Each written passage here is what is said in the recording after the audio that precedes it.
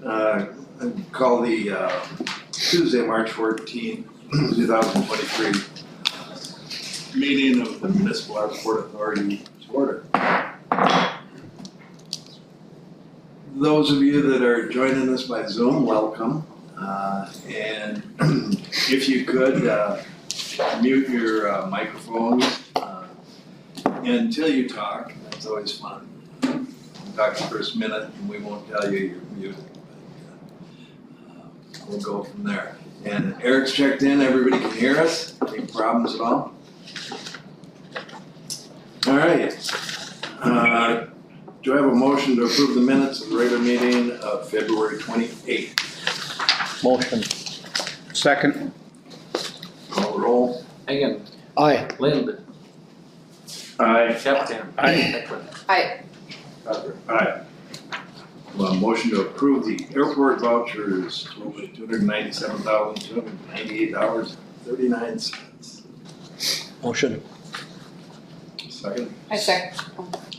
Motion and second. Call roll, please. Hagan. Aye. Lind. Aye. Captain. Aye. Ekman. Aye. Aye. Do I have a motion to approve the individual vouchers on your agenda, item A through 8? Aye. Motion to approve A through I. Second. Have a motion and a second. Call roll, please. Hagan. Aye. Lind. Aye. Captain. Aye. Aye. Aye. All right. Item number 4, we have the February 2023 passenger report. Yeah, the second busiest February, of course, the busiest was when we had 29 days in the month, a little over 43,000. So to have that many passengers in 28 days was pretty good. So another busy February. So it's just an FYI receiving file. Okay. How many did we miss the record by? 1,000 some, I guess, or maybe Well, like 100,000, but we had 29 days. You sure you had a good count? Considering the weather, Yeah. All right. cancellations. Item number 5 there, the review of the financial information. Again, we're just trying to work on shortening this up a little bit. Jamie is on from Balance Tax and Accounting. All right. Questions? At least I think I saw Jamie on there. There she is.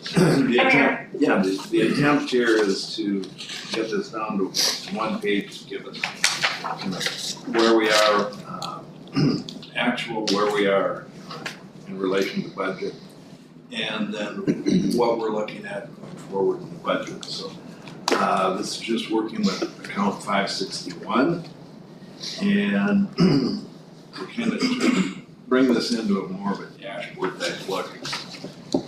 We're just working with 2022 at this point. Once we get this finalized, then we will do this month by month in 2023 as we look through this. Kind of looking back here, 2022 was 16.6 million in income and operating accounts there. A $10 million budget. So there were a couple items in there. Intergovernmental revenue jumped up a little bit. Any comments on that, Sean? Yeah, it's just that we chatted about that at the last meeting, with just the timing of grants, was the biggest part of it. Okay, and then the other one is the rental fees. We talked about parking today, is that part of the rental there? You're correct, yeah, as we mentioned at the last meeting, car rental revenue along with parking revenue was substantially higher. They budgeted, I think, the minimum for car rentals, and we budgeted a couple million in parking revenue. And of course, we're doing this in June of 2021, we're trying to anticipate in 2022. So we are on this caution with what expectations were for passenger growth. Obviously, passenger traffic quicker than expected.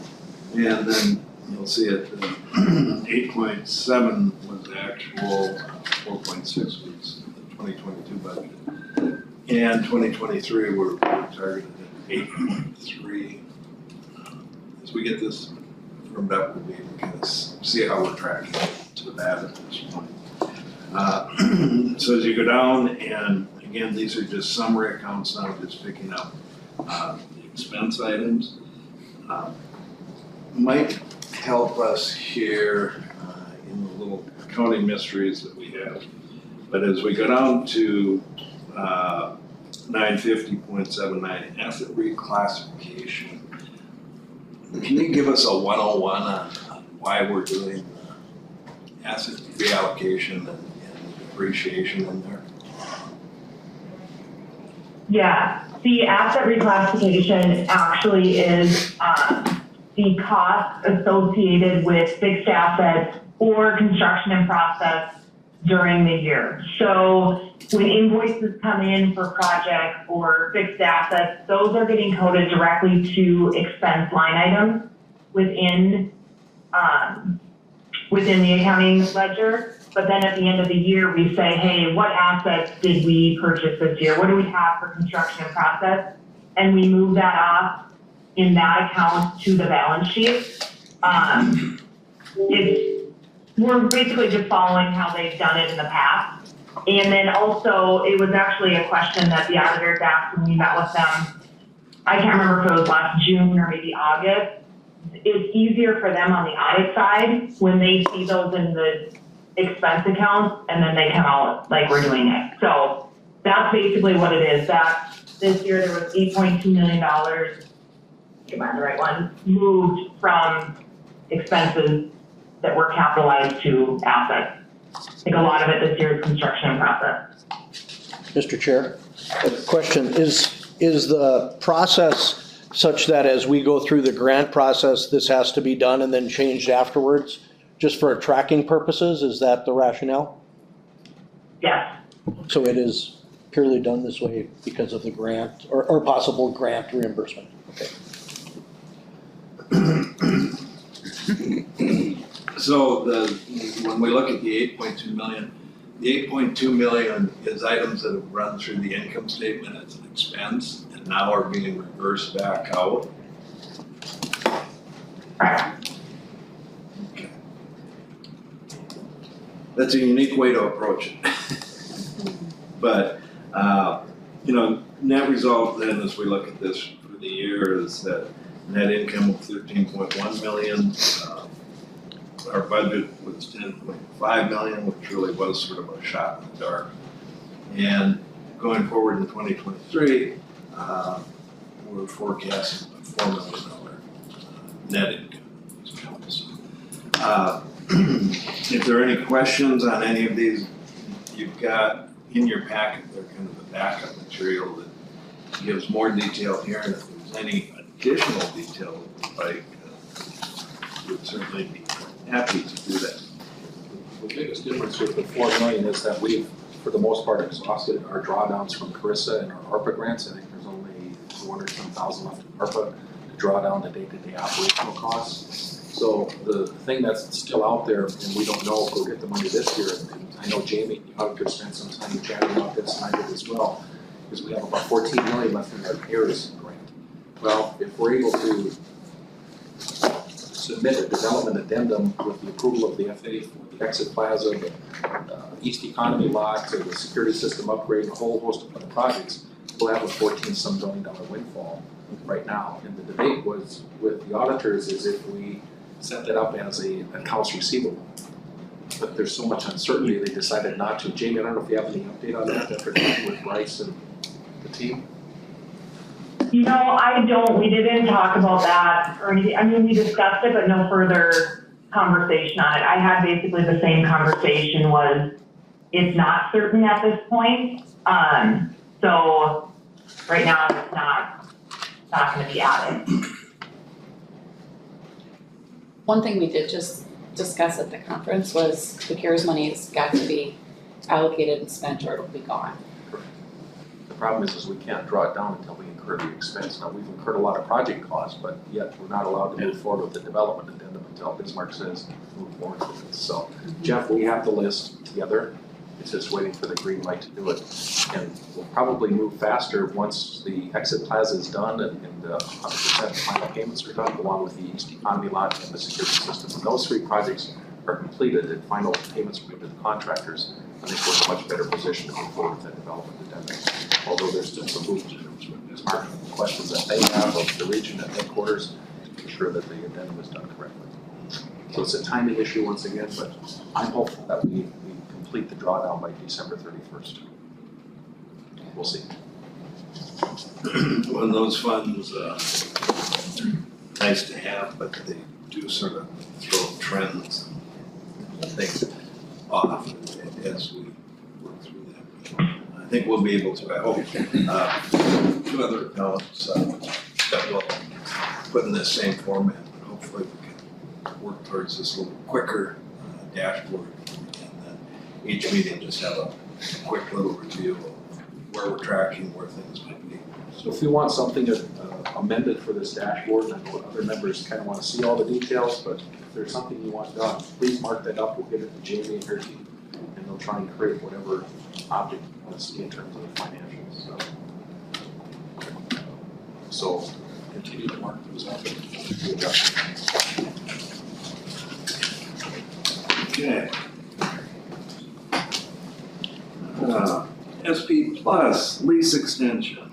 Gregory Pearson is here. Greg, if you want to. Come on up. Sure. We don't have a point for the position. Thanks for the chair, it's very cool. Thank you for coming up. Well, thank you for having me, appreciate the time, and thank you, Mr. Chairman. So part of our agreement is set up in a way to where our contract goes to the end of this year, but leading up to the fiscal year, which starts in July of this year, we have to come to you and decide if we want to keep a management agreement or transition back to a lease agreement.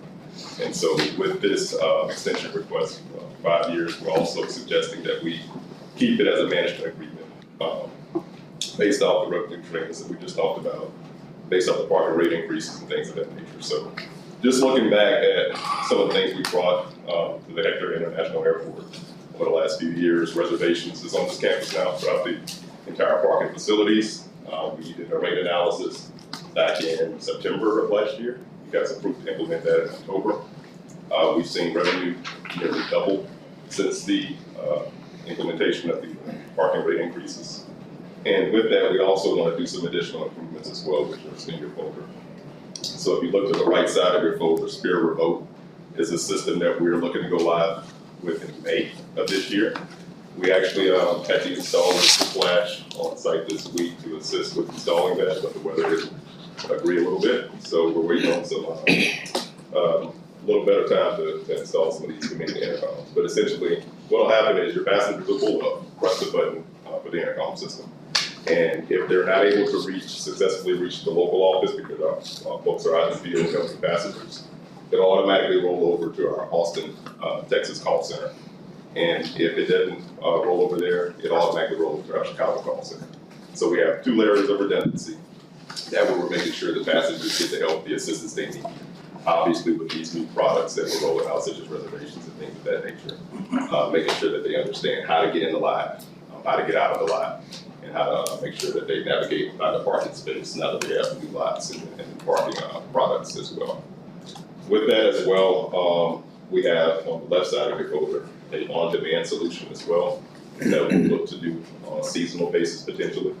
Obviously, we ran into some situations where the lots are full or at capacity, and so this allows us to leverage QR codes and allow them to pay for their parking experience that way as well. And this doesn't require any gates, any investment, any capital infrastructure, anything like that. It's just simply us putting a QR code out in the lot, policing it, and making sure that we have the appropriate signage to let folks know that if they don't pay, these are the consequences for not making that payment, so to speak. So that'll be all done from a person's phone, and it's all touchless and frictionless as well. In addition, we also see a business card as well in the folder. We intend to pass these out as you exit out of the parking facility. We're going to start this immediately. It's twofold. It's to get more exposure to the reservation product or the prepaid product, I should say. And we're going to start to use those terms interchangeably. That way it's less confusing to the passenger. So it'll direct you directly to the website where you can make your reservation in advance. And then if you flip the card over, it'll also assist with directing you to the parking lot that has availability and capacity for you to park in. And so this is something that we've done in other locations that's proven to be successful. And so it's just another way to kind of get more exposure to the East Economy parking lot when we have those capacity constraints and things of that nature. How will you hand these cards out? How will you know? Twofold, it'll be as you exit, that way the next time you come through, if you're not able to get space in the lot that you parked in, long-term or short-term, you can be aware that the East Economy is an option. That's So- for that one side. So a person will hand them out? Yeah, I'm sorry, I So they have to cashier. go through the one that's manned? That is correct. But we'll also have folks at the entrances when we close the lots. That way we can pass them out and direct you to the East Economy lot. Because right now we're doing that, but we're kind of having to give them verbal directions. So people are gonna be manning the lots that are full? Right now, when they close the lots, they're assisting folks because when they press the intercom button, they have to come out and help some that come in with reservations. Because when a lot is closed, it's still not closed for a reservation or for a prepay. So, yeah. And then the last but not least, we're looking at doing a parking guide on the website. And this will give us the ability to display occupancy. So that way you can see it as a percentage of each lot. And so that's something that we would actually oversee and maintain. So that way we're taking that burden off of Link Group, who currently hosts and manages your website today. It'll be just nested in a parking page. And then the last part of that is we can also sell Google advertisements specific to parking, not specific to the entire airport's website. So that way when folks just go and do a Google search of parking, they'll be directed directly to the Edgar International Airport parking page. So I digress. I just wanted to kind of share with you some of the initiatives that we have planned. Obviously, you talking about ramp and parking garage and things like that. So we definitely have played a small role in some of those analyses and play that role as we continue to evaluate those opportunities and options. So I'll open it up for any questions. So the request is for a 6-month extension, July 1 through December 31, and then a 5-year extension beyond that. That's I correct. would hope that you would support for them. They're doing a great job for us. And with the transition to the new parking revenue system that we put in with Flash, they've gained a lot of experience with that. And we're still in that transition with the exit plaza and the technology. It's wise for you to request. Mr. Chair, Sean, how many spaces are we going to recapture when they clean out the existing exit? 100 some, Jeff? 160. 160 additional spaces. Okay. And then I've been through a lot in the past couple weeks. How much space do we lose in the wintertime when people pull in and park so that their door opens all the way up and they don't want to get blocked in? Are we losing 20%, 15%, or you guys should know that, right? I mean, Yeah, it's hard to say because sometimes when they do that as well, they also park in spaces that aren't spaces. Exactly. Yeah. Spaces as well that way. So I would say 10, somewhere in that range, but it's hard to say because like you said, sometimes they double park, but then sometimes they create parking spaces. So I think one day last week, we were at 105% capacity. Right. The entire month of February, actually, we're over 100% on average. So people just compared parking to- wherever. Right, that just means they're pulling, we have more tickets coming in than leaving out, so. Yeah. And there are, barrels up, there's no parking signs, They there's no move. parking in front of no parking signs, so what We're trying happens to catch a is, flight, to yeah. facilitate snow removal, we towed a bunch of vehicles yesterday, to move them out of the way, and then try and put them into open spots. We're gonna absorb that cost, but it is what it is, another question with respect to exiting, the electronic exiting or the no attendant exiting. If cars line up, say 6 cars are lined up and there is an action in like 3 or 4 minutes, does the gate just open and let that person pass through where there's a stall? Or is there something in place to not bottleneck traffic going out? Now, we have a nice new plaza for exit. The last thing we need is 25 cars backed up. Right. Yeah, Yes. whether there's 2 or what, if there's an issue with the first car, the domino effect, nobody else can act. So is there a way to make sure that first car, regardless, they come up in queue, in 1 minute they're gone, regardless, because that makes us look bad? Sure, so the staff that's in that cashier lane, obviously, if they're not, processing anybody, they're supposed to be paying attention to that lane to make sure that we don't have that queue occurring. What if there's nobody present and it's all remote? What if there's all auto attendant? We have somebody in the cashier lane at all times, so Okay. that's covered up until the last arrival, let's say that. Okay. After that, RMS again will be present all day. So that intercom option, when you press The that button, rollover will be, they have the ability to open a gate. Okay. You can do everything like you're physically here, Good. even though they're in Austin. with no snow. Actually, it's Currently. in Austin in January for one day. One of the other things we're trying to do is to clarify and be more consistent in the terminology that's on social media and through the press releases we're doing. And I know the Flint team is on here, at least there's a few from Flint, and that's still a work in progress. So someone prepays for their parking online, they believe that they have a reservation for a specific spot. We talked about this the other day. We do have premium reserved reservations, so you pull into the lot, there's an area in the long-term lot that has a sign, premium reserved. Okay, so some people do enter the lot with a prepaid thinking that it's reserved, here's where I park. That's not the case. When you prepay, you have a spot that is open someplace in the lot, not a designated reserved spot. So there's kind of confusion between prepay, I have a reservation, versus I've prepaid, so I have a spot someplace, and they manage that inventory based on their reservations to make sure there's enough open spots. When people are driving around, hey, the lot's closed, but there's 20 open spaces, it's because they're holding those for people that have prepaid. That's right. Okay? Yeah, we get a report each morning that tells us who's coming into each lot from a prepaid standpoint. Your website's a little confusing, because on the premium, it shows the area you can park as premium. Right. If you go to just the prepaid lot, it shows the whole lot available, nothing marked off. Gotcha. So then we started towing cars from the premium area. And I think people were upset because if you've just gone into the site and prepaid, it doesn't tell you within that, there's another subsection. So we're working with our third-party integrator, Capu, to add language to the booking confirmation email as well. It'll be right near the QR code where it simply says, that you have a space in the lot, but not a specific space. But to your point, we're also going to carve out the area on the map that matches what you have actually reserved. It's less confusing, similar to how you do with premium reserved lots. How are you monitoring if the person is parking in the right spot? Like when you So we said don't that have you're to do towing that for some premium cars? reserve. Otherwise, if you're parking in the right lot, you're fine. Because your QR code only works on the lot that you have reserved. So when the car is left in that premium reserve spot, is there something to indicate that? License plate Yeah, license plate. number. Oh, just Yeah, license yeah. plate. Yeah, when you make a Okay. reservation, you have to put all that information, yeah, I apologize, yes. So you said we were towing for snow removal too? They have to, otherwise there's no possible way for the master to get through with their blades as big as they stay. They tow them to a different spot. Those are self-inflicted by the people that are parking. And, in some cases, they have collected the towing fee. In other cases, like yesterday, now we decided that we'll just absorb that cost just because it's busy and the capacity and trying to do the right thing. How are people notified then that their car was towed or put in a different spot?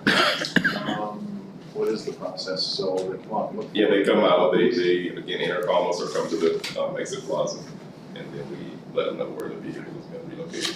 We call it relocated. So we can't run license numbers and give names and call people. It's just part of the learning process.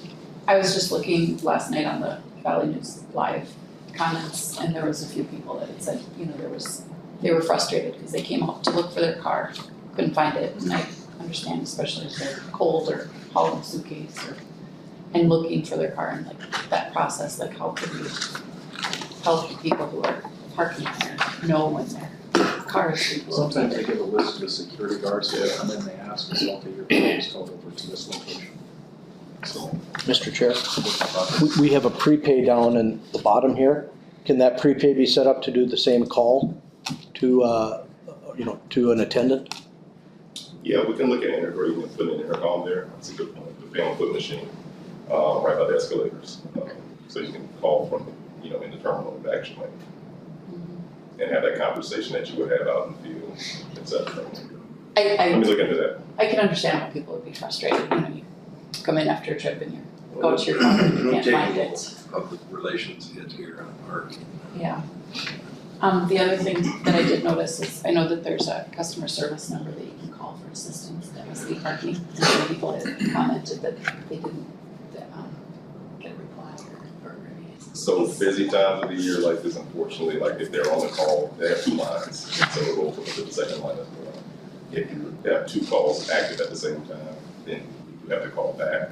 the person that calls. We can see who called, and sometimes we do run into that a little bit. I was actually out here riding around with the team all day yesterday, and we actually got an email compliment last night, which I'll definitely share with everybody. I know we had like you just mentioned, some concerns recently, but we literally shoveled a person out of the snow. We do that all the time, but this particular situation, we actually relocated the vehicle, or assisted them to relocate. They had it ready for them. The vehicle was warmed when they got here, and they just was ecstatic, and she reached out to us and just said thank you again for that. It's just a case of, can we accommodate every single passenger? No, we can't, unfortunately. It's just a challenge that we face, and not just in this market, but any market where the weather is as brutal as it's going to be sometimes. So. There was a 24, 36-hour period a couple of weeks ago where the CenturyLink line was down. So until CenturyLink got here, there was no communication. Now with the new Exit Plaza, we are transitioning to voice over IP. That's a little more reliable phone service, so to speak. It travels through the internet, and it gives us a little flexibility to where we have multiple locations where we can answer the call from. So that should help with those calls. But a lot of times when the flight lands, depending on how many people park on that flight, you can't get inundated with calls. So. But we're looking to make sure that this time next year, we have the staffing as well to make sure that we can accommodate the nature of those requests. Yeah, I think we did get a little hammered on, Well, I mean- not just by snow, but by some It's too feedback bad that wasn't very that complimentary. we fail on the last 2 yards before the finish line. People coming back. And the bad experience happens right at the end, which wipes out Everything you did it for. all the things, and so we need to really concentrate and try and be our best. In all aspects of it, because the contract I see with the public is they expect to come here and park their car, go through the process, get on an airplane. They don't care who's doing what if you fail in any one of those aspects. It's a fail. And unfortunately, human nature is that people are more likely to comment if there's a complaint than a comment. Yeah, you don't hear compliments. No news is good news. So. No, I had the experience twice out here with the gates, getting all the way up to the gate and then having to do fun back out of the gate and whatever the universal, yeah, whatever the universal signal was to the guy in back of me to back up, I wasn't correct. So I reverted to another signal. So we were looking at some of that signage as well, because to your point, it was on the kiosk, but by the time we get to the kiosk, cars behind you, that's a challenge. So we put signage more out front where you make that turn to the left or to the right, which lot you're picking, that tells you the lot is closed. And that's part of what Sean was talking about. We want to also put under that signage that says it's closed. It's not closed for prepay or reservations. And that we're speaking to everybody and making sure that folks with reservations understand that they do have a space in this lot, but if you don't, then the lot is full. We haven't run out of spaces yet, so I think we're through the busiest week. A lot of spaces opened up on Sunday when people return, so East Economy now's got plenty of space. We recognize these are problems, but I think these are pretty good problems if you're gonna have them. The fact that the demand is there, and we just have to do our best to mitigate the demand and make sure we have that flexibility. And so that kind of gets to that on-demand option. If we need an overflow solution on a temporary basis, we can stand that up within a week's time and then set that up to where we have signage for QR codes and things like that. The request is for a 6-month extension and then a 5-year renewal. Why are we doing that? In that order. We can do a 5.5-year extension. I guess it's because the current lease, when we changed it from a concession agreement to a management agreement, was effective July 1st. So they've been running July 1 for their budgets. Now this is to clean it up, get back on the calendar year. We made that change to accommodate during COVID. That's the way we were accommodating to that. As we talk about garages and other things, does SP participate in building parking garage that building owning and operating? I can't think of the last garage as people have done. We participate in parking lots, we've done parking lots. So like the East County Drive project, and those are things we've taken on at other locations. I don't know that we did anything in the magnitude of the garage. But I can take that back and find out for sure. Managed garages. Yeah, I thought he meant like the capital expenses. That There are other groups that do actually run the construction operation. like oversee the construction of the garage or actually fund it. Some will actually participate in construction. And then there is requirements that if they construct it, they have to operate it for a certain period. I see. Yeah, like I can take that back and find out specifically the funding piece. That's something we've done, but typically we do the feasibility, like we talked about, things of that nature. That's our involvement, making sure that the garage is what you're looking for. We were heavily involved in the Sioux Falls project, but not in the sense of funding or project management, so to speak. It's just, we're exploring those options.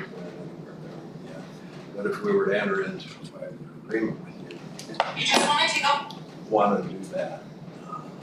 I don't know of any organizations, I'll say this much, that there's really a handful in the airport space, I'll say that much. Maybe there's some that do municipal garages and things like that. But we have a specific vertical just for airports, aviation.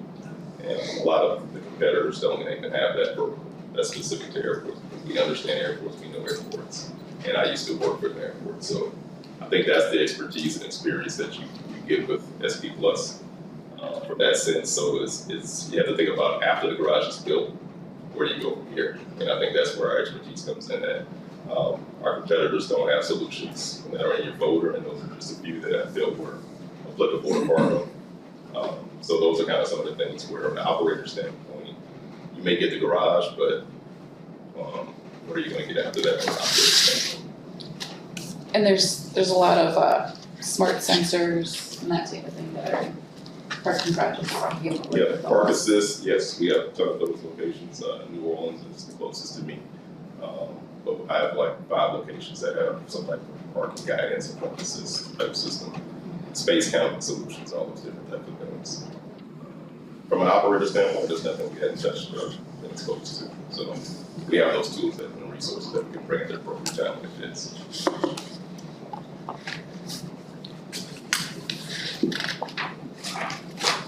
Mr. Chair, Yes. I would move we extend the contract for 5.5 years under the assumptions given and that Sean had stated. They have been a good partner through COVID and been with us through this process, and I think they've earned the right to be our partner for the next half decade. Second? We have a motion and a second. Is there any other discussion?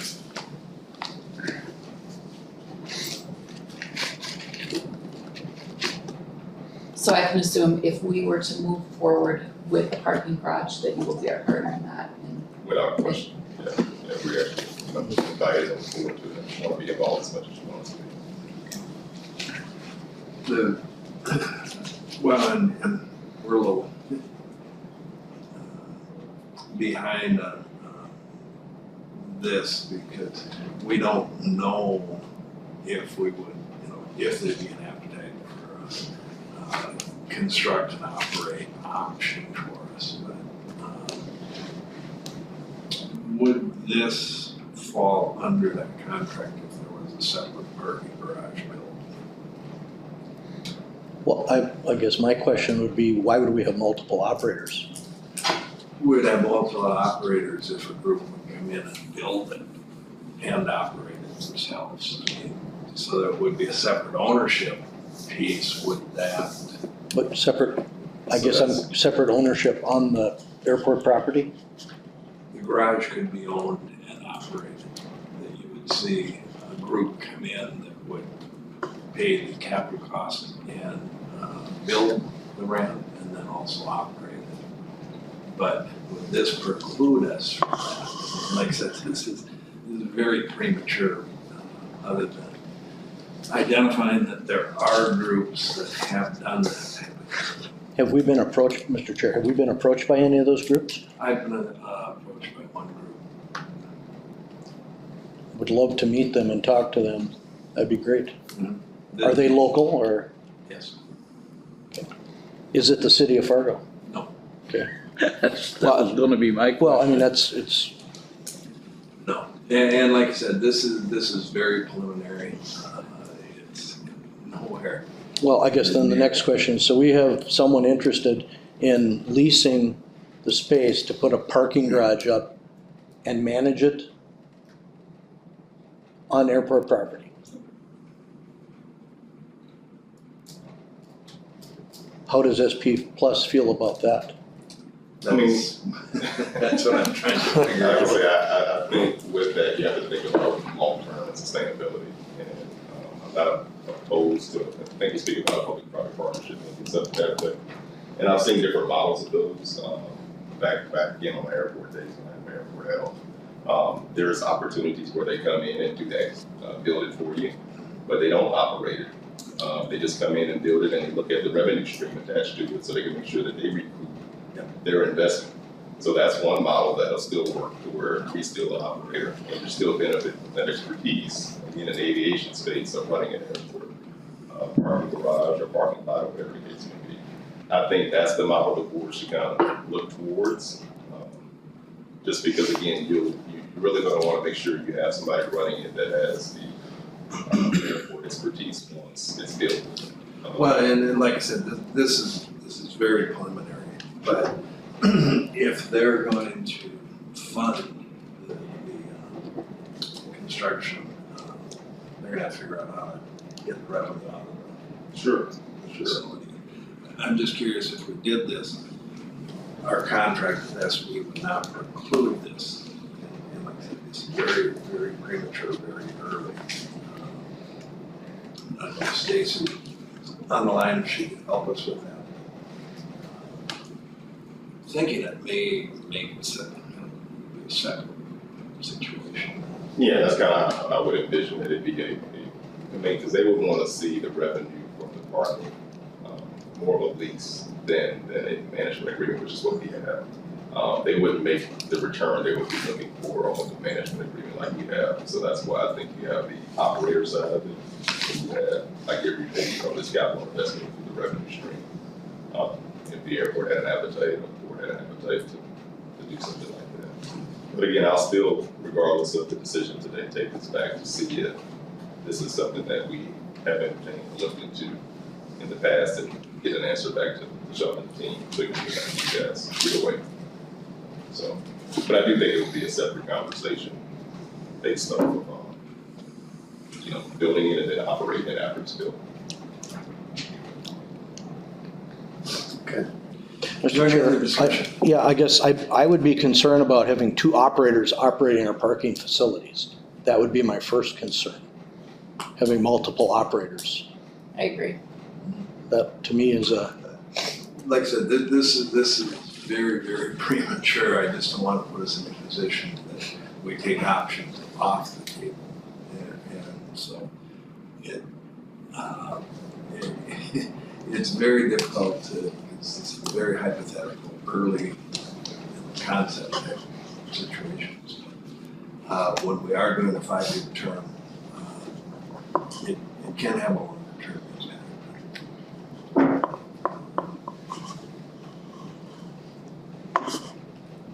And also. Chairman, may I say something? Go ahead, Eric.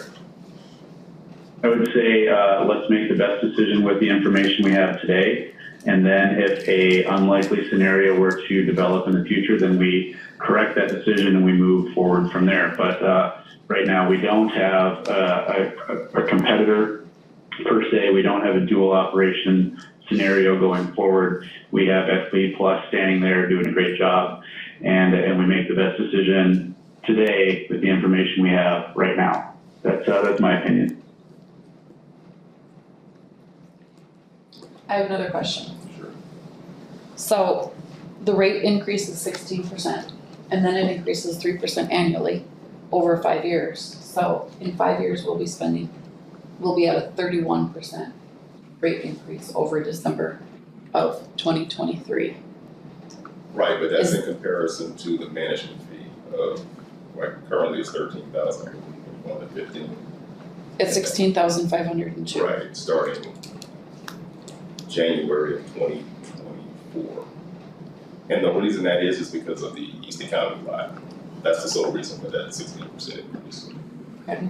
That's additional spaces to manage over city, and that's the reason for that initial increase. And in the 3 years, it's the same increase that you're currently looking at right now in the current contract. None of that's changed. We didn't increase any of that. So, Mr. Chair, so the increase was incremental based on spots? Correct. Yeah. When we first entered into this agreement, there was a per spot space count that we looked at to manage. That same rate back then is the same rate today.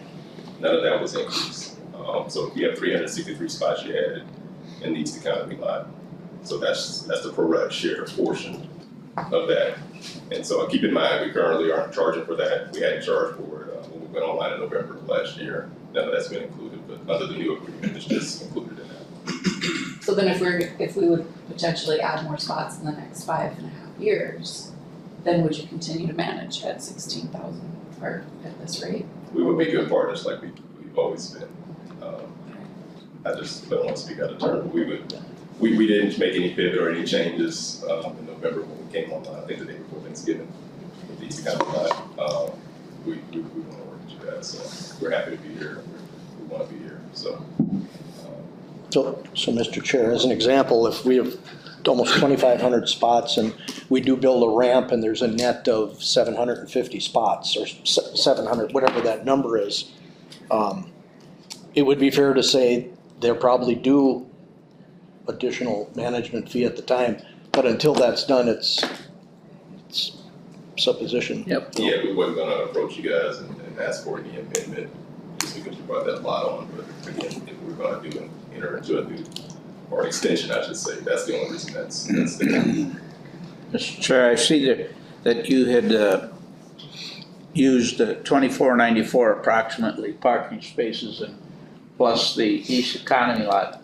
Did you also take in consideration the additional 160 that will gain from the exit plaza? No, again, we looked at that as that was a part of the initial lot per se. Okay. Yes, we're striping in and adding spaces, but again, that's just part of being a good partner again. So that's, to your point, you know, we weren't gonna nickel and dime that way, so to speak. But yes, the East Economy lots, that was a totally separate detached structure with additional parks equipment that had to be manned, intercoms that had to be installed and things like that to oversee.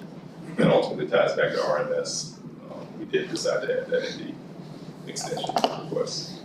So does the 2494 include the 160 No, that are coming? No? No. it does Okay. not. It includes, that was back when the exit lane or the exit plaza, the old exit plaza would have been there, so it does not include that. So in theory, you're splitting the difference with the new East Economy, you just split the difference because Yes, it is. some of the spots we gain back and that's, That's correct. so really the increase is not proportional. Correct. It's half of the proportion because we'll gain those spots and they're not charging us additionally for them today. Any other discussion? We have a motion and a second to extend the agreement with SB Plus for a period of 5.5 years, ending December 31st. 28, 29, 29th. I think so, yeah. We'll let Joan figure that out. Make sure it's correct. The end of 28. December 31st, 2028. Call the roll. Singham, Aye. Lind. I see the thumbs up. Okay, Capitan, Aye. Sorry, I was muted. Yeah, Capitan. Aye. Heckman. Aye. Cosner. No. Thank you. All right, parking lot exit plaza. All right, Terry is on there, we'll probably have Greg a little bit as well, so it is open and taking vehicles, but Terry, why don't you give us the architectural update? From an architectural perspective, we're just finishing up the exterior. We have had some weather delays. You can imagine how big these panels are, so when it's windy, it's difficult to put them up. They have made some significant progress in the last week. I'm not real sure when they'll be done again, weather pending, if the weather holds, I think it won't be going to be another week or so. There's a few issues with regards to the equipment, but I just got an email from Gretchen at Powers. She said it'll be done by the end of the month, so. And Darren and I are talking a little bit about some additional barrier along the wall of the building portion of the exit plaza. And so we're exploring some options with that. The bollards and stuff that we specified are all there, so the corner is safe. It's just we're concerned about, Darren had a really good point from the standpoint of, I do the same thing. You put your credit card in, you get your ticket, and the gate opens, and you start taking off, and at the same time, you're putting your credit card away. And just a little worried about if we bang into those metal panels. So we're looking at maybe some options to help with that. so the west edge of the building, the wall is flush with the curb. So if you go through It's about 6 inches back. it's pretty close. So It's too close. it's like going through a drive-through at the bank. You gotta pay attention, and if the drive-through at the bank has ice buildup and heaves, you slide into you gotta watch what you're doing. Darren and Terry, they're talking about some type of a bollard or a guardrail or something to keep them from going into that siding. Hopefully I have an answer on that soon. The other part is, we talked at some meetings ago about the signage. So because of SP Plus's buying power, they went to Daktronics to buy the signage. We hired Indigo to install that signs. I don't know, Gregory, it's probably another 2-3 weeks away. No, it's a little longer than that. The lead time was a little better through us because we're a preferred partner with Daktronics. So to Sean's point, we actually got a better price point through our being preferred partner with Daktronics. We're probably looking at about another 2 months to be exact on delivery. Yeah. These are the signs as you exit the plaza that, show that, green arrow or X, it's closed. It's some of the signage that you've seen on some of the And drawings. this is the Lind parking facility signage? Correct. We'll get a new picture, Eric, when we get back. So, it just lets you know that there's more signage coming, it just takes a while. I have a question, Terry. When did we initially break ground on the parking plaza? It was last spring sometime. I'm not sure if I have a date in front of me to tell you, but we're, theoretically, we were hoping to be done sometime in January. We had a lot of weather issues.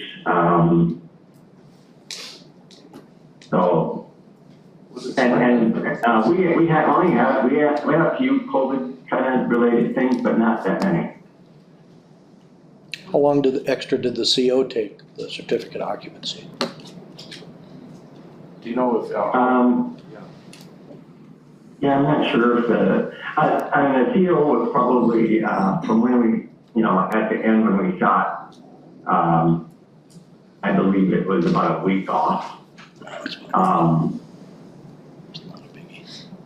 So evidently right now, somebody is flying in or driving in with a piece of equipment that I think they thought Flash had, but they didn't. And so somebody from SP Plus is coming in with a piece of equipment to make the system work better.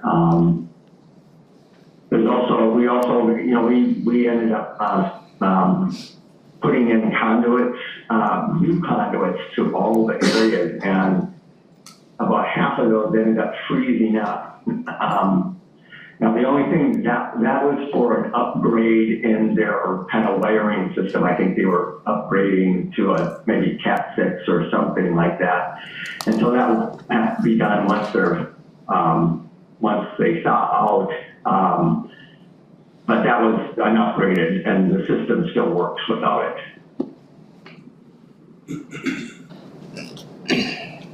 Okay. Commissioner, Mr. Chairman, I just have a question about a seed to plant. I don't know how it would work for function, but in all of our discussions, electric vehicle preparation is beginning to be a topic. And whatever that all means, so if you put that on, if it isn't already on your checklist, make sure it maybe is and done in advance. I believe it will be part of the design. For a garage or? Well, Yeah, we did actually assist with that as well. We have done some checking on that, I believe, in terms of planning for that in the future. I know we've done that. we also have the need for rental cars too.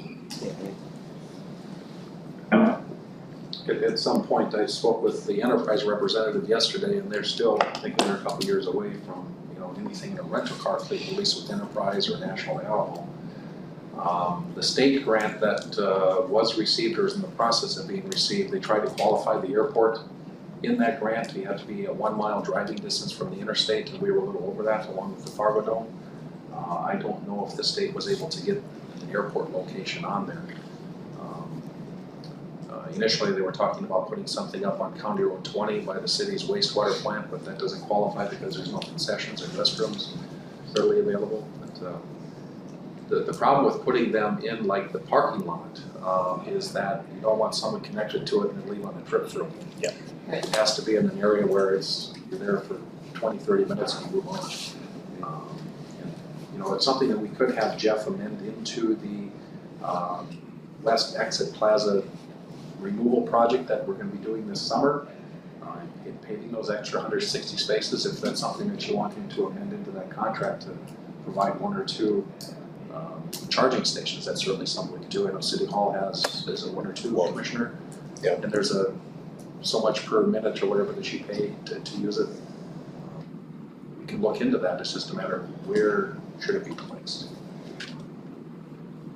The most important thing, maybe not, but is to get the infrastructure proactively as you're constructing and designing, so later on you are able to, if you choose to, when you choose to. Whatever that means. Yeah, just be the conduit available.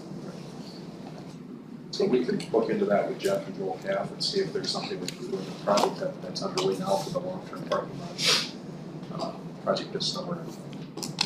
Personally, I think it'd be great for people coming and going and they're waiting 20 minutes. They have a spot they can get their car charged for half an hour while they're there, and you don't want to take a parking spot or a parking ramp spot where they leave for 3 weeks. Correct. But if you could have it working into your flow of people coming and going, and Eric has an EV, I think, doesn't he? Yes. That might be an idea in the cell Yes, I phone. do. Cell phone park. Well, that's So something. John, I had proposed a long time ago that we put, just regular 110 wall outlets on like the exterior of the parking area. So it would be more of it's a slow charge. It's a trickle charge. It takes days to fill your car. But I think that is more in line with our current parking system. Like if we're going to put it in a long-term lot, we just put regular 110 outlets in. And I think that would establish the infrastructure that you're kind of talking about, and then have any fast charger like the Type 3 chargers that go rapid and quick, and put that somewhere else in a waiting area or something close to the terminal. But just my thoughts. Any other discussion? As we look at projects, construction projects, the question will always remain time to completion and penalties for not completing. one I think we continue to wrestle with. If we include penalties for late completion, does that get added into the cost of the project? And if you don't, and then have the delay, what's that? It's a tough one. Go both directions. Anything else there? Hopefully, as the weather gets nicer in July, be able to park a little bit easier out here. But anything we can do to improve, it's such a flashpoint for the public. Really, I sympathize because if you are trying to catch a flight and there is not parking, you're driving your car, what do?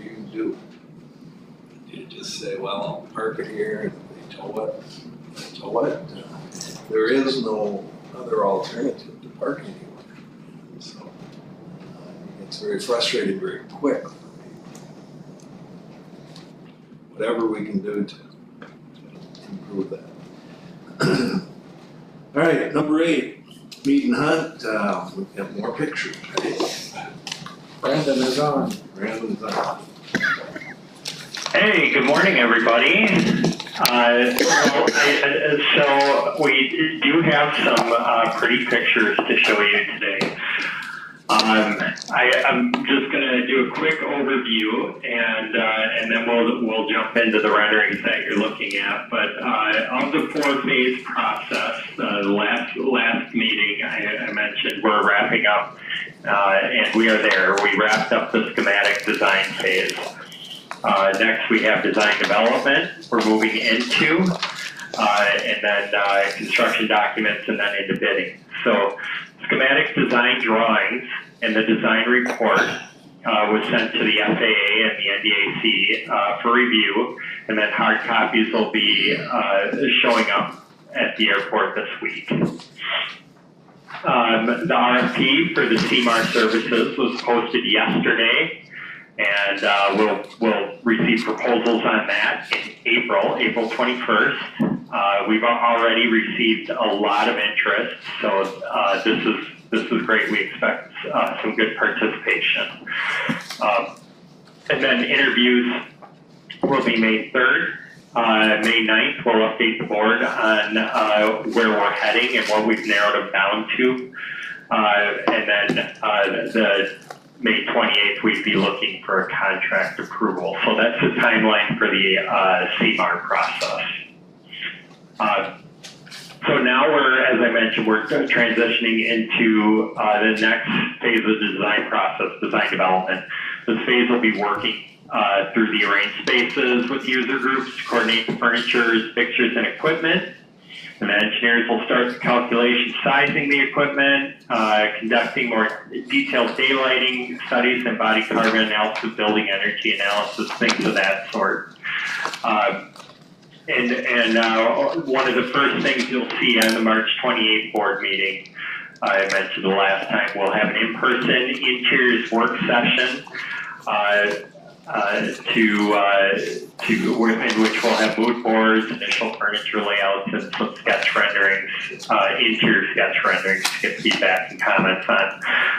Paula, thanks for sending that email on some of your insights. This is great timing for that. So I know our interior designer had responded to you, and they're going to incorporate that into some of the selections and tailor their presentation to respond to some of those images that you gave us. So thanks for that. And then in the boardroom, you should see some renderings, some large renderings on poster boards. Along with the packet in front of you. And I think there's 9 renderings altogether illustrating the exterior from numerous perspectives and seasons. So Brett Berry is with us today. He's our project architect and designer and has been along on this project about almost as long as I have been here through the study. He was here on the study and now has been part of transitioning into actually the design piece of it.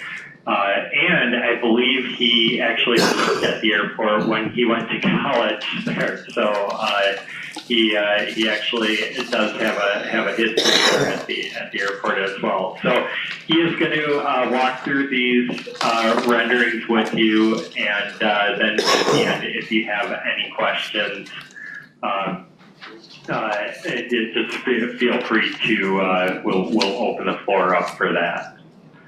Are you gonna be able to share your screen? Yeah. Yes.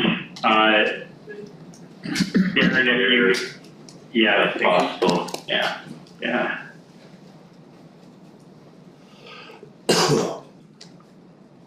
Did you see that? Yes. Yes. Awesome. Well, thanks for the intro, Brandon. This is a really exciting project. Yeah, as you mentioned, I've got a vested interest personally here with the college in Fargo, and coincidentally worked at the airport for about a year, just kind of getting a peek at the operations, and did a little jack of all trades for Delta there. So you work for Delta. Thank you. Yeah. We dipped into, it's like cross trains. We dipped into a lot of different, gate work, baggage, and that back of house, all of that stuff. Even moved some airplanes around. The Ron airplanes, and so it was fun. It was a very cool experience, but purely coincidental, and went into the field of architecture and fell into the market of aviation, and then kind of came full circle to working here at Fargo. So that's pretty awesome. So very interested here in this project. Want this to be fantastic and a very successful project. So we welcome any dialogue and feedback throughout this process, just to continue to shape this thing positively. So I have the entry drive view to start with. You have all these same images. I'm just going to be skipping around a little bit. I'm just on page 4 here at the entry drive view. Because I wanted to touch a little bit on what we see today there at the airport. You're familiar, obviously, but it's a missed opportunity, I think, back in the 80s on this front arrival experience, where we have some static things going on. There's no transparency, there's no activity. It's pretty static there with that front wall being just a blank wall there, and the parking lot and the canopy. So I think the direction, and I think it's a super cool opportunity that we're expanding ticketing here, because we can reshape this front arrival experience into something that's super open, welcoming. You're in your car coming down the entry drive, and you can see a buzz of passenger activity before you even get to the parking lot. So I think that generates some excitement for travel, and feel like you've arrived, and there's a iconic nature to this end node, the ticketing. Getting back to when we did our visual preference survey, that there were some points here that we've been trying to hit on as we're designing. So this, people clearly wanted to have something beautiful, recognizable, and photogenic above all else. They found things like dynamic and iconic as being descriptors of the new terminal expansion. So I think that's what we're headed towards with this new terminal expansion, and just zooming into this front piece in particular. This was an area of focus for us. We did a lot of iterations of this, because it's kind of the juncture between old and new, and it's finding that formal transition into the new architecture without kind of ignoring what's there. We go to the zoomed out view of the site here, looking northeast. We were working with this tilted wall, that was facing south, and we found a lot of challenges with that. You've experienced that, the solar orientation, the harsh sunlight coming in. So we've transitioned as a first step to go to a vertical glass with a deep overhang above, and beyond that, we're looking at potentially electrochromic glazing there, which is also referred to as smart glass. There's a company called Sage Glass that we're beginning to look into to control some tinting for that glass, where you guys won't experience the glare. And so this piece of architecture really shaped a lot of, started to shape a lot of what we're doing everywhere else. We can see the large mass over here to the east is the third level admin space with views to the airfield or at the administration, so they can monitor things like the operations, if there's any safety issues going on in the airfield. It's just a visible location, which is very valuable. And then the conference room is now on the south side of that, accessible from the parking lot there directly up the elevator.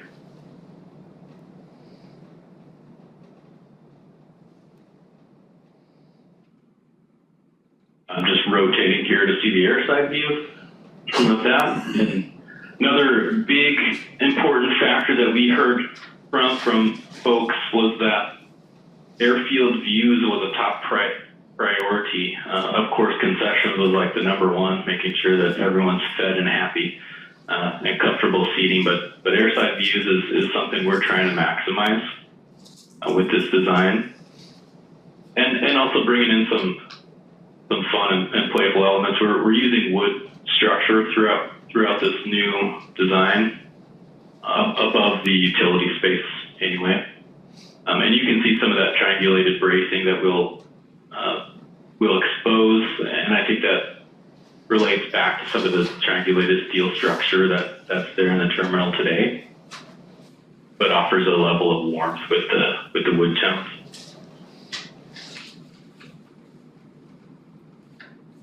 Just heading back to the winter scene, and one point I want to touch on quickly is, the nature of Fargo is that it's a cool place. It's cold.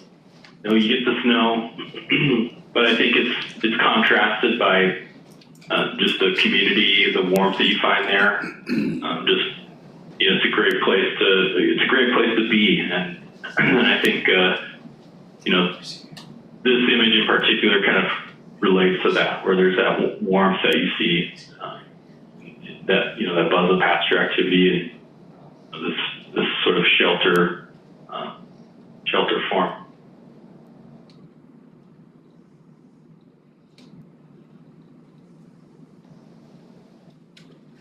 This is just another view of the south here, but we're thinking about things like parking right now, some placeholders for different elements.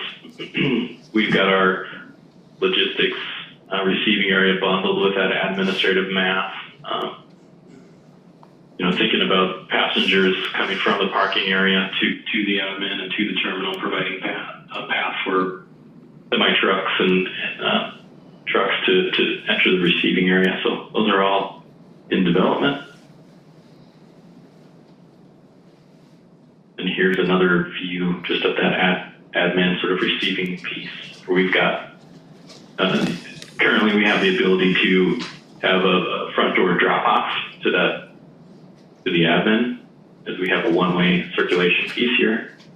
We'll try to preserve that throughout the design if we can, but also opening up a lot of green spaces. And we want to be mindful of maintenance and all that, so we're talking about native species, low to no maintenance for the plantings.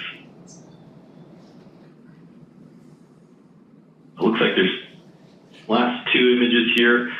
This is just a fun view of the air side. Just, I think, highlighting the amount of activity you're going to be able to see from the terminal passenger lounges. It's going to be just open and exciting, and for families and kids and everyone to just see what's going on. So is there glass on the south side of that, from the south view? I see the north side, there's glass, but. Yeah. Is it, it is glass, okay. Yeah, there's going to be some utility spaces on the south side here, like the restroom block and some of the electrical room and some other utility rooms here that will have less glazing on, but we'll still look for additional opportunities beyond what we're showing here, just to bring in some natural light, especially the bathrooms and things like that. So we talked wood structure throughout the facility. You're not including the tech concourse, the first floor. Is that all metal structure or concrete? Yeah, for the base and the floor of the concourse, it'll all be concrete and steel. Okay. And the walls, we will be looking at precast concrete. We did reach out to Stroh's office just to get a local feel of masonry in the area because we consider doing masonry block. But it sounded like the laborers are getting fewer and fewer, and so we're thinking it makes sense to go down the panelized path. That's quickly, it constructs very quickly as well, as it's very controlled and available. But wood above that, timber columns, timber bracing, and cross-laminated timber decking is the thought here. Does that include the third floor as well? It does, yeah.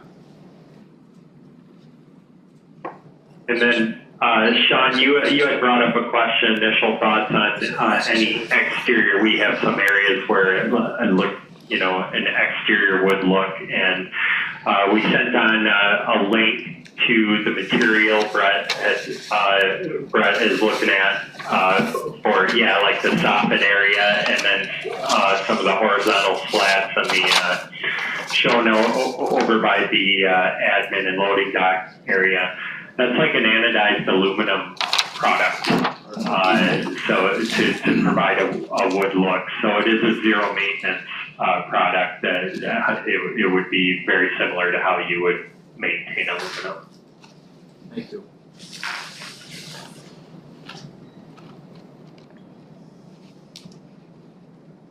Well, this is the path we're going down, I guess, so speak now or forever hold your peace. Questions, comments? My biggest question, I I have think, commented, if I may, Mr. he's gonna already say it. Go ahead. Go ahead, Eric. Okay, so I wrote that email to the other board members, and I'm just going to share. Would you mind, whoever's running the computer, would you go back to like the second view, looking at the airplanes on the ramp from the north, looking south? There we go. And pull that picture up. I think it's the second one in mine. So a big part of the reason why we're doing this is because we need to reconstruct concrete on the west side of the airport, and we have to take some gates out of service to facilitate that. And so we're building the new gates so that we can take the old gates down temporarily. So what I look at when I look at this picture, I said, hey, where are we going in the future? In 20 more years, when we have to add more gate space again, where do we go? And I would just assume that we're going to probably go east again. And so I look at this picture and I say, to add to the east, we're going to have to take 3 gates out of service again, which is probably not going to be feasible. So is there a way that we can, I really, really like the way it all looks and everything like that. I'm just worried about going forward in the future. How do we add going east by only maybe taking 1 gate out, building it so that we don't have those 2 gates on the very tippy corner, on that northeast corner, and make it so that when we start doing construction east again, we only have to take 1 gate out of service instead of 3. Does that seem feasible? Eric, actually, Mr. Sean, the master plan that we talked about and developed has the next phase going to the north, straight out through where the checkpoint is now. You certainly can go east, but the focus was, at least when the master plan was developed, was to go north. Sure, that would cut off those gates to the west and to the two that come right out of the checkpoint right now. So I'm just looking at it and saying, how do we naturally add more gates without having to, devastate our daily operation? Yeah, that's a good question, Eric. And yeah, to Sean's point, where you would be the next phase of the master plan, and not locked into that, but that is the idea that you would go to the north. Logistically, you would have to figure out how you would get that north addition. Likely have to take down for a period of time a couple gates. And I don't know if there's really any way around that while you're trying to maximize the surface area on the air side for gate and operational use. At the same time, you want to mitigate the operation. It's a balance, and we were able to work through it on this project and come up with solutions. And it's going to be the same process for the future as well, figuring out how you can do that by mitigating operations. I know that doesn't answer your question, but it's not a great answer, but it's an answer. And I would just charge you and say, and I would task you and say, do the very best that we can to make this construction and minimize operations going forward. That's all. Yeah. Minimize the effect on operations. That's probably what it meant. We hope to be busier in the future, and that's a good point, right? Trying to mitigate that to create as little of inconvenience for the customers as well as the airlines is key. I know taking 2 gates out of service for a north expansion, there would be some growing pains with that. I'm guessing they would have to take at least 2 gates out of service with an east expansion as well. Right. So, and maybe it would make sense to, just off the cuff here, with that north expansion in doing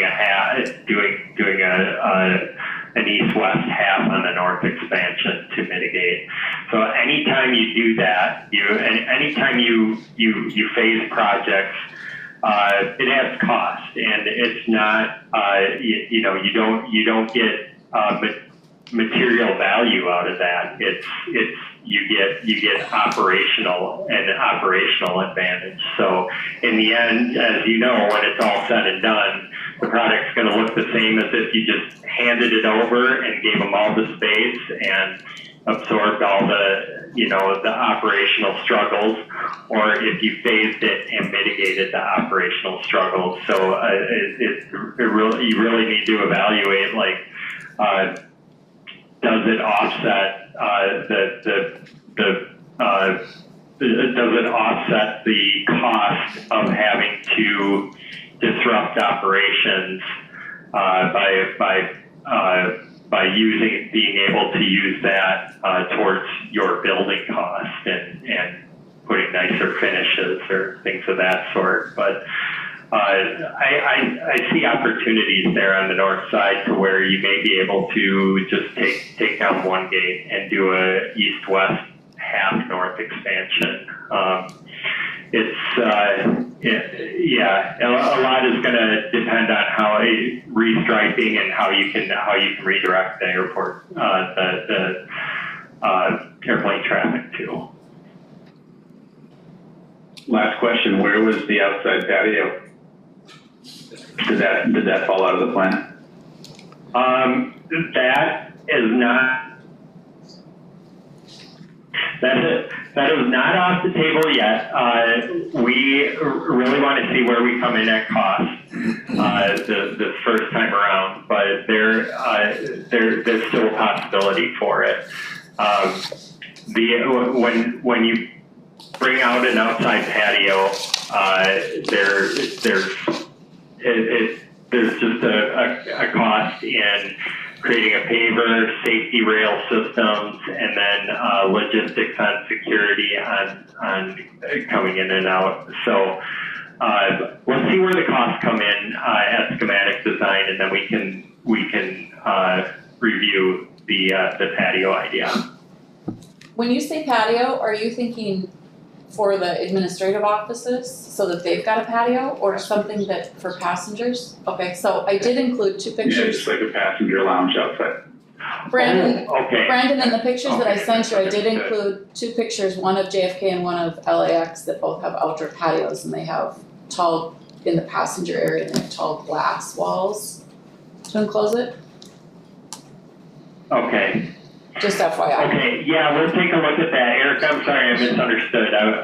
For some reason, I was thinking that that patio was going to be off the third floor admin space. We'll take a look at that patio space off the concourse and see where that opportunity might lie. That little more expense there. So again, let's see where the schematic budget lies, and then we'll continue that discussion. Maybe it's an alternate that we continue with if the airport wants to. I have a question regarding, we were just talking about traffic, and we're probably more thinking about airplane traffic, and I'm thinking about, as far as the future of our airport and as our enplanements and air traffic and everything continues, passenger traffic, we only have 3 lanes in front of is it 3 lanes in front of the airport? 4? I'm wondering if we need to think about adding another lane or 2 as we have more Uber traffic, and particularly since we only have 1 level for both arrivals and departures, sometimes it gets to be a bottleneck right now, and we're thinking about pretty much doubling the size of our airport.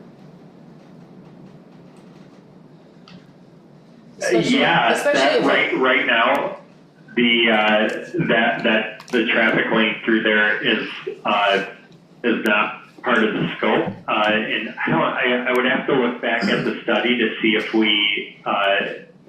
I don't think we had a study included in the traffic running through that, but I think that would be that would probably be the first step, is to really see what pinpoint where the bottlenecks are, and what to steer us towards what solutions would be viable. Because there's a lot of handicap parking right in front, as it should be, then like oftentimes hotel vans, people just stop. And then the far lane is sometimes where the taxis sit, and so then you're kind of left with 1 lane to get through, because you've got handicap parking, vans, and people stopping, the traffic lane, and then taxis and Ubers over on the left side, and so I Mr. only Chair. anticipate trafficking. I think the setback between the lanes and short-term parking is a big enough buffer to use. I don't see that as an issue. If we have space there, If we could, Yeah, if we need I to. think we do. I don't think that's an issue.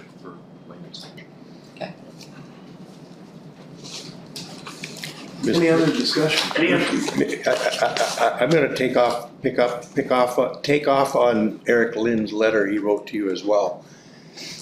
I'm really visual, and I don't know what the future's gonna be, but I need to see what the parking ramp will look like and where it's gonna be early. I don't wanna later on go, oh gosh, we didn't anticipate this big tall structure that's gonna put a shadow over the airport that's there now. But I need to see that at some point, so we know what we're aiming for and not be surprised. Yeah, Terry's working on that right now, so we're collaborating with Terry and sharing this model with the model of the parking ramp, to see how, from those different perspectives, because that's very important to us. As Brett noted, as you're approaching approaching the drop-off area and this addition, yeah, we don't wanna, we wanna minimize the obstruction of that view. How is the skywalk gonna connect and interact with this? So, that is in development, and, we're working on that. We should actually have something by the end of the week. So we've been noodling again. This is in conjunction with Walker Parking, and it is a very preliminary study on the project. So it's a net 500 stall parking ramp that basically is over the top of the short-term parking. I actually have some preliminary views of it, but I don't want to show them until we have, we're not rendering it to this degree just because at the time that we did it, we didn't have, this is the first, I haven't seen this before. And we can certainly continue to do that. So, but yeah, that's what we're trying to achieve, is not only just like the views that Brent's got here, we're doing views that would indicate how you would drive up and what you would see and you know, that kind of thing. And so, yeah, so I'm not showing it because right now it's reasonably blocky, but at the same token, it's really Walker's presentation, not mine, so. And if I might continue, I don't know, I've heard it could be 4 or 5 stories tall, I don't know. But my last question is that the only location it can go? I would have anticipated a parking ramp would be on the very west end and butt up to the corner. But I don't know, again, I don't know that I would put a parking ramp right in the front. I don't know if that's where I'd put it. It's 3 stories tall. Okay. And that's the only location it can go? I haven't been involved in designing it with Walker, That's what's planned. parking. Yeah, I know, but to extend the walkway has to come out. Just read what I highlighted there. The process with Walker, remember, we entered into a joint project with the city of Fargo and the Airport Authority each paid for half of that study. And Sean, I think the preliminary study is ready. Did we make that available to our, so you'll be receiving that. There will be a meeting, I believe it's Friday, and we'll start to see some of those, you know, some of that visual as to where we go. Hopefully with that project, the pre-design phase, we'll start to give a magnitude of scope on expense and what could be done. But it certainly would be nice to roll these projects together if there were going to be a parking ramp. That meeting is this Friday? This Friday, yeah. We've got a working committee that has met previously, and I think they sent out the initial draft of that. Beyond this, I'm not sure where it will go. If that committee will say, okay, pass it on back to the Airport Authority and figure out if there's a program to pay for it or what. It's this Friday, 9 a.m. I think. Yep. Anybody that would want to come to that. Who's on that committee? I don't think we can I come. represent the city and the mayor. Like anybody that can come but me and Jim. What's that? Well, Because then you got more than 3 of us in a room. If there were other people that want to come and So? required notice for open All you have to meeting, do is send out a notice. Yeah, we just send out a notice. That's all you have to do. Yep. So if you want to come, let Kimber know or anyone of us. We have to send out a notice. Probably have to ask them. I Commissioner Strand, If you end up with a quorum, then we'll just notice it. Yeah. But no, decide in advance if there's gonna be a quorum or not. But then be prepared for the meeting. I think we're kind of beyond that. We do that at the county all the time, just send out a notice, there may be a quorum present at this meeting. Especially if you're gonna attend. If you're not gonna attend, there's no reason to. But if you are gonna attend, yes. Not a problem. Okay. All right. Well, if there's any other questions, please take these packets with you. We also have electronic copies. As you're looking through them, any other questions come up, you think of anything else, please just reach out to me or through Sean or however you feel comfortable, let us know. Like I said, we'll be back around March 28th to see you again. We'll be in person along with our interior design group, and we will be talking about interiors, but we are here to talk about any piece of the project with you. Okay, item number 9, just for your thrilling reading, you have a chance to read the purchasing policy. This one had been introduced on 2021.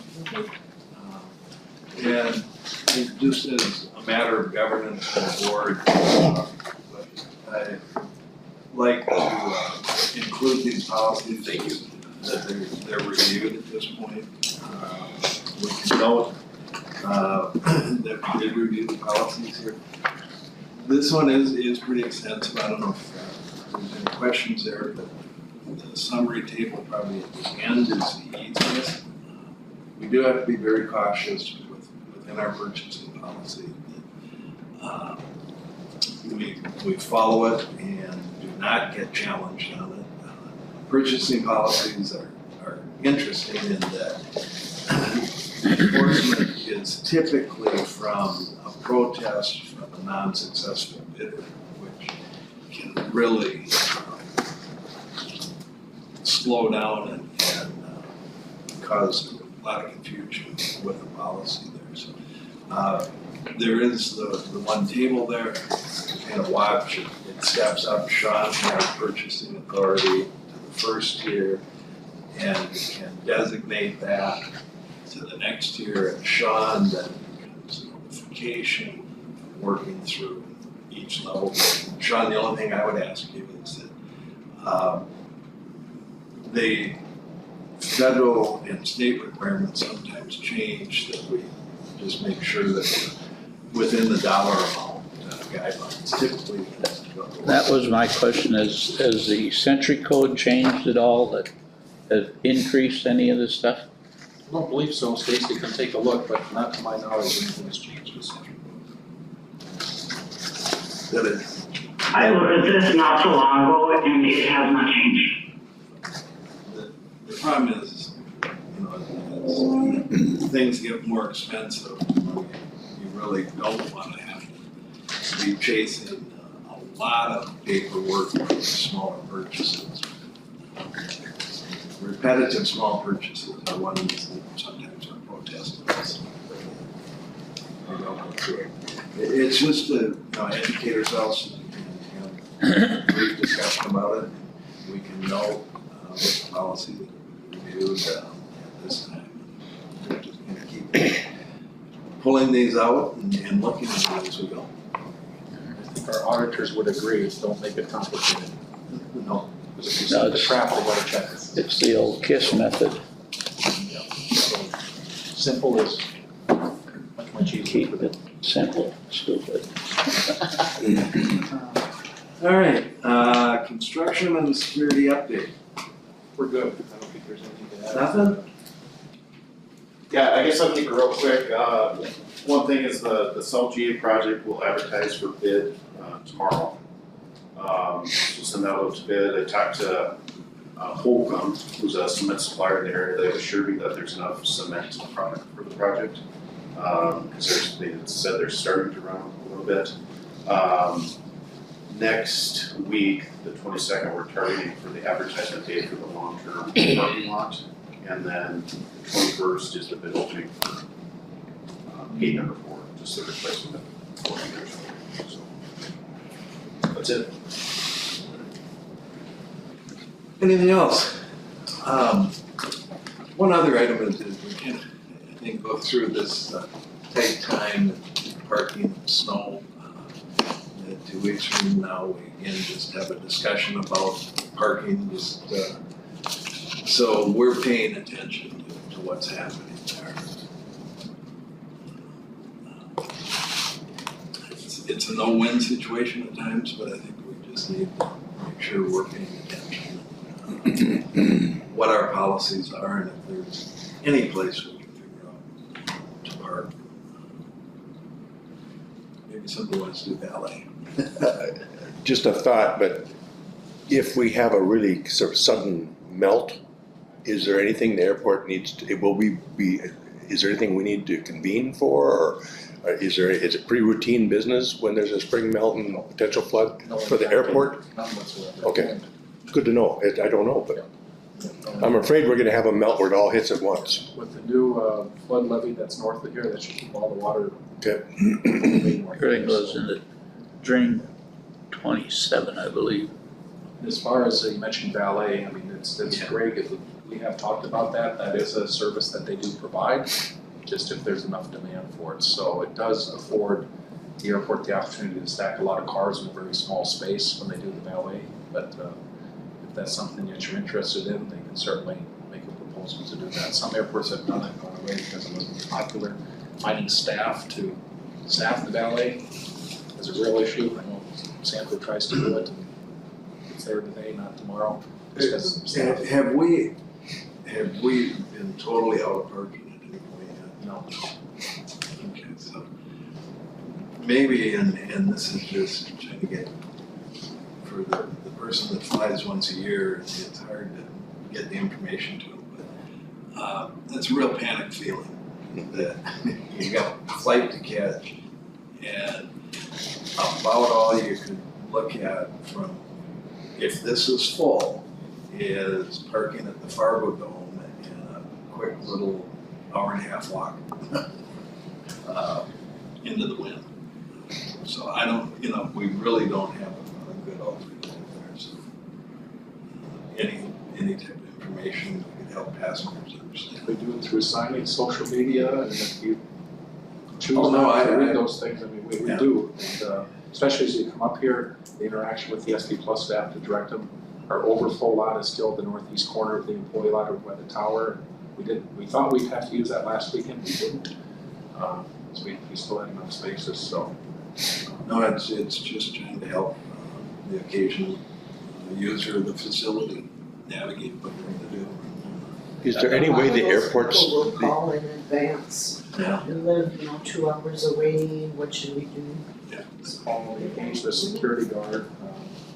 It's like, We all get texts and updates from the airlines. Can we somehow partner with them and add to their constant communications to their people flying?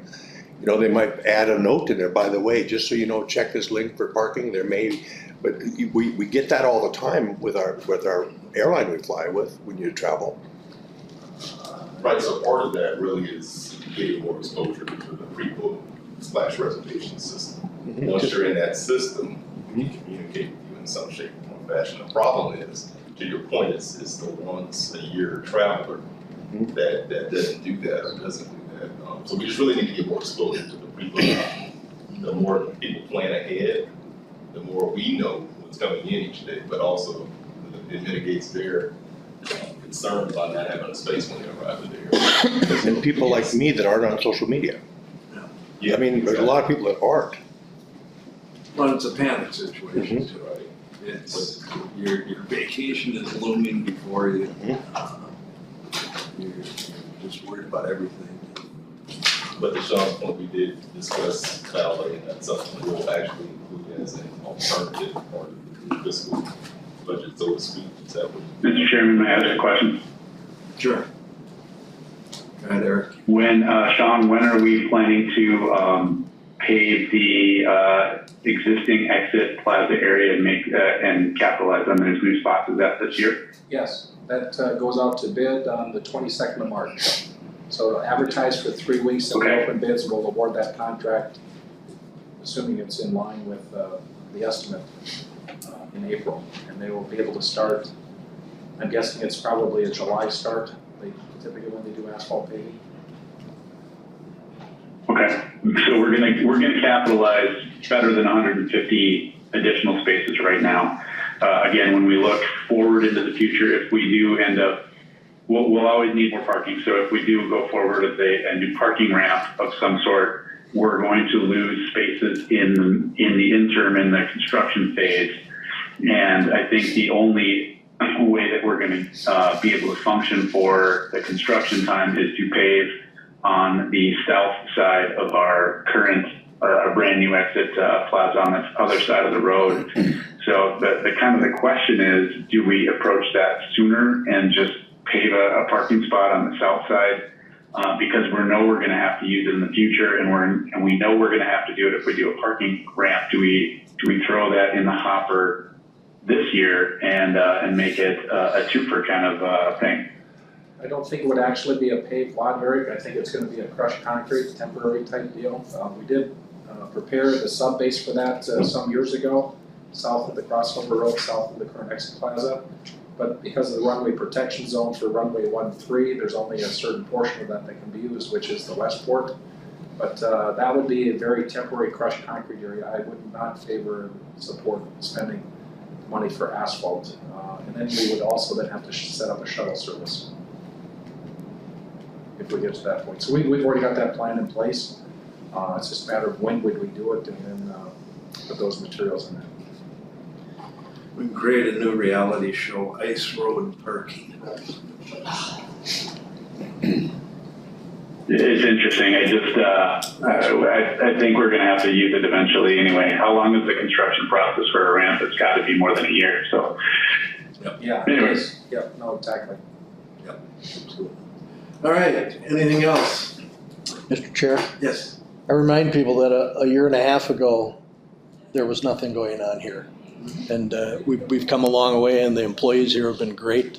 And so as much as we want to grow, we have to look back and remember that they were here maintaining something for us so it can grow. I think we lose sight of that many times. Thank you. And just to add to that, like the amazing job that Fargo has done and Sean, that you've done in increasing the number of airlines that come and serve Fargo and the destinations. Like when I started hanging out at the airport in 1991, we had Northwest going to Minneapolis. So we've come a long ways, and I think the future's bright for our region and for our airport as far as continuing to grow. And I just want to be prepared adequately for that situation, so. So Senate Bill 2330 is being heard at 10 o'clock this morning. That's the one that impacts our ability to get the $40 million loan from the state. So I put in a testimony this morning. The Airport Association is testifying this morning along with, I think the city of Fargo has an opposition to it.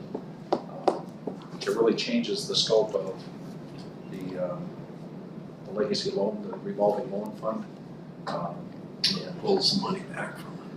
Yeah, so like I say, our application is in. They have $13 million left, but yet there's this thing out there that nobody's borrowed any of the money. Well, it's pretty much all gone. So I'm not quite sure where that confusion is in the legislature, through the Chamber of Privacy Group, and of course through the Airport Association and OMNI. They're doing everything they can to try and educate people that this is a fund that's needed. So without that ability to borrow $40 million at 2% for 30 years, really increases the cost of our terminal expansion project significantly because we go into the bond market or municipal leasing. So that hearing, like I say, at 10 o'clock, I think it was 40-3 or something on the Senate side to change it, to reduce it, maybe eliminate funding for the revolving loan fund. Now it's on the House side, so we'll see what happens. But you can tune in at 10 o'clock if you want to see the discussion.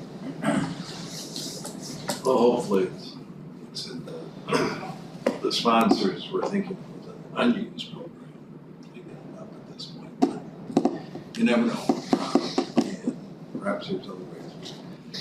There are some other financing techniques we'd have to explore, see where we go. I believe the bank in North Dakota is gonna testify in opposition to it today, which we'll see if that happens, so maybe that'll send a message.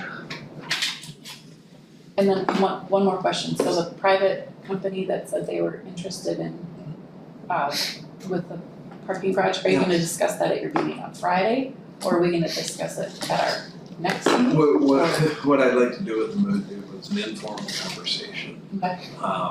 And I would, after we meet on Friday, we get the pre-design, which is something they said that would help them. We'd invite them to come and do a presentation as part of the sort of fact finding. They just see where they want to go with this. Like I said, it's easy to look and say, oh, we could do that. It's a whole other thing when you see what the pre-design looks like, what the costs that are anticipated in that pre-design would look like, and whether it becomes feasible for them to do it. Certainly, would like to invite them just to have that opportunity to see what options there. Mr. Chairman, I would assume you're communicating with the mayor. I would ask that you are, and I assume you are, that I believe you have an appointment coming up, a renewal of Eric's position is coming up. So if you please be communicating with the mayor proactively on that as well. Yep. I don't know the timeline, I think it's April. Yep, I think it's right on top of this. All right, we'll talk with the mayor. And like I said, if you want to come Friday, just let us know. I'm curious about that too. Yeah. Do you want to come Friday to the meeting there? I would love to. I'll be predisposed though. I apologize. I can't be there. All right. Meeting adjourned.